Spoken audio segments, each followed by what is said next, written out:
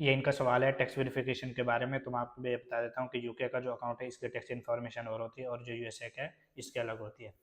UK का में अगर नो कर दें, वो आपसे ना एक ऑप्शन पूछ रहा होता है टैक्स वेरिफिकेशन के बारे में ना, वेट के बारे में, तो आप नो कर दें तो आपसे टैक्स वेरिफिकेशन वो नहीं मांगता।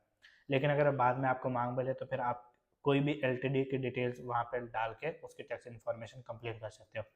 अब बात आ जाती है यूएसए की।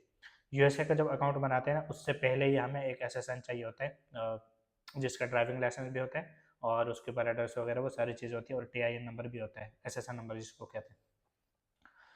तो जो टैक्स वेरिफिकेशन है ना वो उसी के ही ज़रिए कंप्लीट होती है। यूएसए के अंदर कोई फेक वगैरह नहीं लगती, वही एक्चुअल में वो लगता है और जिसके ज़रिए वो होता है।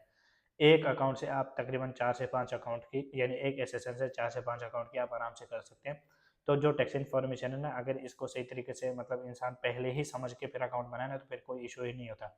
बहुत सारे लोग ये करते हैं कि अकाउंट पहले बना लेते हैं यूके और यूएसए का खुद से ही, और बाद में पूछते हैं कि अब इसके टैक्स वेरिफिकेशन वगैरह कैसे होगी, तो उस टाइम जो है ना थोड़ी सी प्रॉब्लम होती है। बेहतर वैसे ये होता है कि इंसान एक ही चीज़ से सारे काम कर ले। अब ये नहीं है कि बाद में नहीं होती, बाद में भी सम टाइम हो जाती है, लेकिन फिर भी दोबारा मांग रहा होता है। तो किस्मत की भी बात है, लेकिन ये है कि अगर इंसान अच्छे तरीके से सारी चीज़ों को अंडरस्टैंड करके फिर करे तो काफ़ी फ़ायदा हो जाता है। बाकी हर एक इंसान की मर्ज़ी अपनी, जो जैसे वो चाहे वो वैसे कर ले, जहाँ पे उसको अच्छा लगे, जहाँ पे उसका दिल मुतमईन हो, वो वैसे के वैसे